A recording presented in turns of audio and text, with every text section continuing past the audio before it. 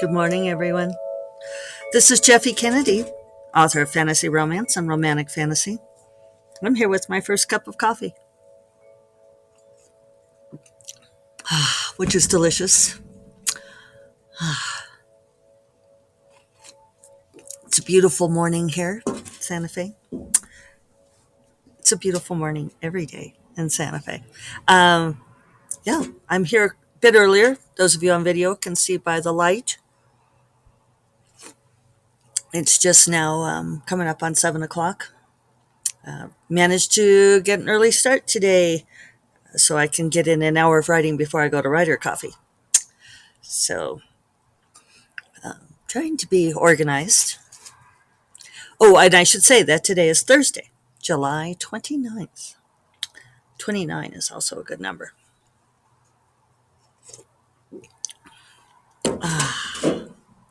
So, yes, beautiful, clear morning. I'm actually going to have to water the potted plants. We did not get rain yesterday. Well, we got a little light sprinkle, but we did not get a torrential rain. So, but I'm going to put a photo on the show notes, or how I include the photo. Those of you who say it that way. YouTube, I don't put it on there necessarily, but we're actually having mushrooms popping up in the desert. Great big mushrooms. So I'm going to put a photo of a mushroom. It's really cool to see. I actually have mushrooms popping up in the gravel here, but they get dug up overnight, eaten and stuff.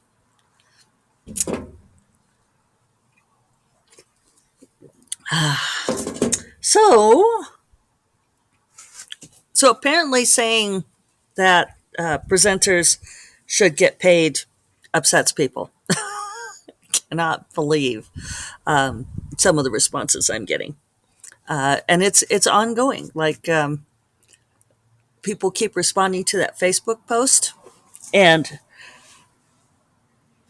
and for reference, you should just go back and listen to my podcasts of Monday, Tuesday, or look for the post on my Facebook page. My neck's a little stiff this morning. Excuse me.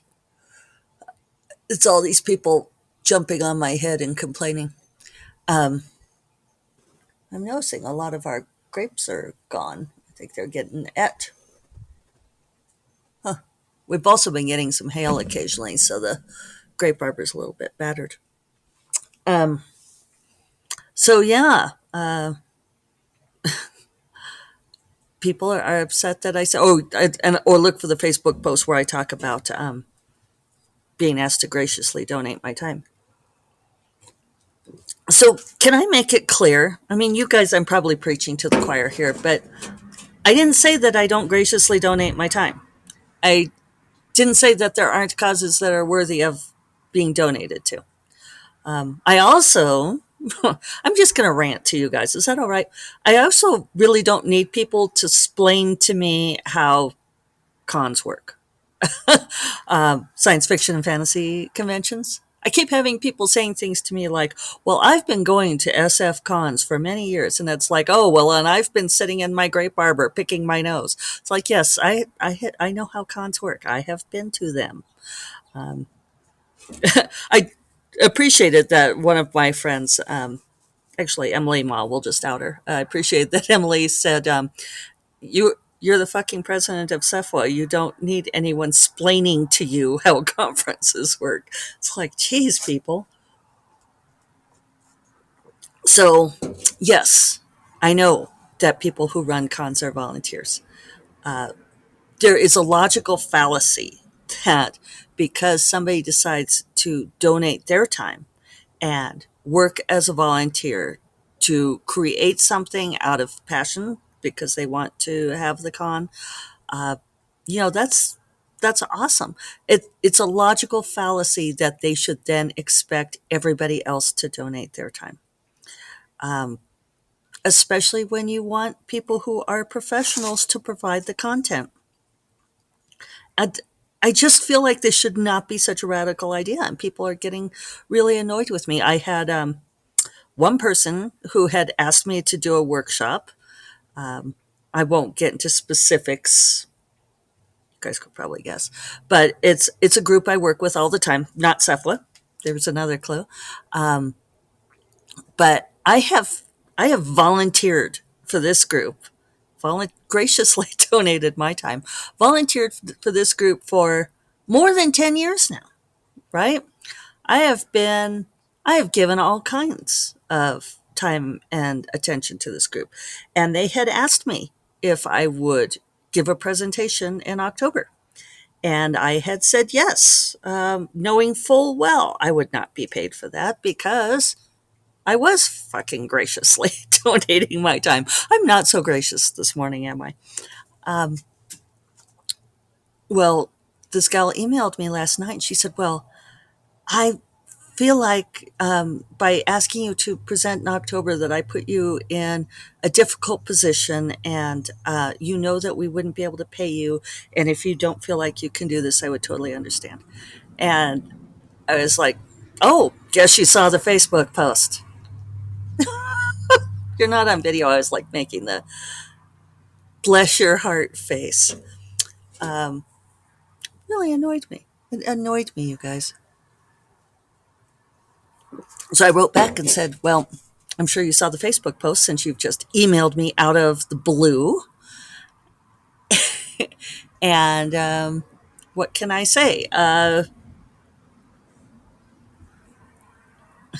Sorry, I'm having other thoughts go through my mind too. I need to like focus, or actually focus, not just like focus. Um, yeah, I should tell you guys because it is distracting me. I keep thinking about it. I found a dead fledgling in one of my watering cans, which I had carelessly left upright, and it filled with water. And I'm afraid that the fledgling got caught in the watering can and could not get out. And I think it might be a baby raven, even. So it's over there. I found it yesterday, but I'm struggling with a lot of guilt over this. I've now upended all of the things that could hold water. You know, we don't normally have standing water. And I don't know how it got over there, but I'm feeling bad about that. There, now that I've confessed, I hope I didn't bring you all down because it's a sad thing. Um, but maybe I can move past it and continue my rant. So anyway, I wrote her back and said, guess you saw my Facebook post, and I know that you weren't going to pay me, and I said yes anyway because I was graciously donating my time. But you know what? I don't have to do this because my time is valuable. Why is this so offensive to people to say that our time is valuable? And a lot of people have commented saying that they think this is a thing with women. And wow, it's women who are coming after me for this. Um, Either, various levels of chiding that I am being uppity in some way. And it's like, geez, people. Um, this one gal had to go through the thread, and I figure, you post on Facebook, you get outed. But she had to go through the thread, peppering it with comments throughout the whole thing, like on other people's comments, saying how, okay, so get this. This is the part that really gets me. This is some deep fuckery, people. That she says, well, publishing runs on free labor and it's a lottery. And by presenting things for free, you're essentially buying a ticket into the lottery, hoping that readers will notice you and that maybe you'll eventually win the big prize. Was that all there was to her analogy? I feel like there was another piece of it. Um, oh, well, and then she said, you should take this opportunity because, I mean, she was implying that I was lucky to get this opportunity. And so, yeah, I get that there are writers, newbie writers, struggling writers who are looking for any opportunity to get themselves out there. And so they come at it from this lens of you should be grateful that people ask you to donate your time for free. I know that's redundant. I'm sorry. Okay, so let us be clear, just between us. Although I did reply to her and I said this also. Um, publishing does not run on free labor. Okay. People who publish books, like the big houses, they are not doing it out of the goodness of their hearts or because this is some kind of public charity, right? And the other thing she said, I'm going to have to backtrack slightly, was she was saying that if we ask for artists to be paid a fair wage for their work, then only the wealthy will be able to afford art. There's another logical fallacy for you. Okay, so now let's go back. Publishing does not run on free labor. Who works for free in publishing? Nobody. Nobody. I mean, interns are paid basically slave wages, making it a privileged thing, like only people who have like trust funds or come from families who can afford for them to live in New York City while they get paid a pittance can do it. It's a problem. Publishing does not run on free labor. Where did this idea come from? You ask, people who self publish their books, you know, if you're doing it wrong, yeah, you're not making any money. Or if you're not, I shouldn't say that. That's not fair. There are a lot of reasons why you might not be making money yet as a self publisher. And if you are not, I sympathize because it takes a while and it sucks. But you're not deliberately not making money, right? You would like to make money and you're working at it. You guys, writing is a job. It's a career where we are creating a thing that we then sell to people who want to buy it. It's not this weird buying a ticket into a lottery thing. I don't even know where this idea comes from. If you have this idea, disabuse yourself. This is what perpetuates this cycle that somehow writers are lucky to be noticed. Oh, golly gee whiz, sure hope somebody notices me. Um, yes, there can be a culture of desperation that grows. It can be hard to be discovered. I totally get that. Um, I mean, I've struggled with it. I've been in this business for a long time, and it is not always easy.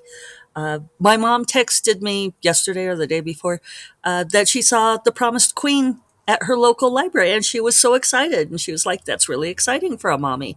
And I'm like, "I'm so happy," And it's like, but I've had a lot of books. So, I've published like 50. I have 50 published titles, 53, something like that at this point, and it's only been a couple of times that my mom has seen my book at her local library. Yes, there is that aspect of chance to it, that not all books surface, not all books get bought or distributed. Um, you know, Publishing house might not want your book. You might have to self publish it. You might choose to self publish, and it might be a struggle to get discovered that way. But you're not buying a ticket into a lottery. You are producing something of value that you are then selling to people because they get joy out of it. I mean, is there another profession where people are walking around with these stupid ideas about it? No, you don't have to be grateful that somebody gives you an opportunity to donate your time. You might choose to donate your time. And I'm also getting all of these people who are doing the not all, it's like the not all men thing. Oh, not all volunteer opportunities. Yes. Yeah. I mean, I feel like I've been clear about this all along. Yes, you may choose to donate your time. I donate my time all the time. Uh, you might choose to do an event that does not pay because it supports the organization that you're doing it for, or because it is an opportunity for you. Friday night, tomorrow night, um, the plug, I'm doing an online panel for Love's Sweet Arrow. I'm not getting paid to do that, right? Never occurred to me to ask if I was going to get paid to do that. It's a bookstore. It's a bookstore who sells my books, and they are going to have my books available for people to buy because they are not working for free. And and I guess that's all. They are not working for free. They are in the business of selling books. They sell books. My friend Jennifer Eastep organized the panel. She has a new release, um, which I already talked about, but Capture the Creme. And also Leslie Penelope and Lexi Ryan. Lexi Ryan's new book, These Hollow Vows, came out, well, I guess it was last Tuesday. Uh, I'm supporting them by doing this too. They support me, I support them. It's a nice little cycle. Yes, sometimes you do things for free. I do stuff for free for libraries too, because libraries are giving things to people. They are getting my books out there, and they are creating a place where people can access art who aren't wealthy, right? Should we address that one real quick? If we pay people what they are worth, then only the wealthy will access it. I mean, this is like, I keep referencing this whole thing about, like a living wage. You guys, there's a huge gap between paying people what they are worth, paying a fair wage, and making something astronomically expensive. It's it's like the distance of the solar system. I've had people saying things to me like, um, well, a lot of these volunteers are working class people. They're not the idle wealthy. It's like, you guys, there is a huge difference between struggling to put food on the table and being the idle wealthy. Where is this coming from? I mean, we keep talking about the vanishing middle class, but it's interesting to see it just like pop up in these conversations like there's nothing in between. It's and I think Grace commented on that post. I love Grace. And she was like, "Damn woman, what are you charging for your books?" You'd think that only the wealthy can afford to buy them. We don't price our books. Our books don't cost $100,000 so that only someone who's very wealthy can buy them. Our books cost $4 and $5, and you sell a lot of them to a lot of people. That's how the business works. I mean, it's amazing. It's the whole thing just has me flabbergasted. Clearly, I'm on a tear, but it's like it's amazing the pushback. It really is, and so I'm going to encourage you all, if you want to take an opportunity because it will help you sell your books and get your name out to readers, um, do it. If you want to support your local library or another library, do it. If you want to support an indie bookstore, do it. My whole point is that you don't have to work for free for every Tom, Dick, and Harry who asks. And especially conventions where they are asking for a registration fee from their participants, they can afford to. People are going to tell me they can't afford to pay for content. They they should set up their business model so that they are paying their content providers, right? But instead, they're just figuring, okay, here's what we have to pay for the hotel, and we'll get people to do this for free. The thing is, too, and I really didn't want to get into this on like the Facebook thread, like, oh, every opportunity to get your name out to readers. A lot of these, like this particular thing that I was asked to do, I have done before. Um, and I I don't know that I've sold any books. I don't necessarily try to calculate an ROI on these things, but if you are not all opportunities are equivalent, and um, I don't know. I know I'm circling at this point, but you guys, you do not have to donate your time. Um, don't let people guilt you into it. I'm amazed at how much people are trying to make me feel guilty about this. It's like, oh, well, other people are donating their time, and, people can't afford XYZ. It's like, okay, sorry if you can't afford the thing. If you, what that means is if you can't afford it, you can't have it. It doesn't mean that you figure out a way to make the thing, to devalue the thing so that you can then acquire it. How's that for a motto? All right. So there's my rantiness for the day. Rest in peace, baby Raven. Feel terrible about that. Ah. All right. I'll remind you all that First Cup of Coffee is part of the Frolic Media Podcast Network. And you will find more podcasts that you'll love and where people don't rant the whole time or talk about dead birds.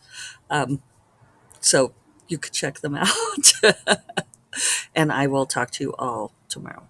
Take care. Bye bye.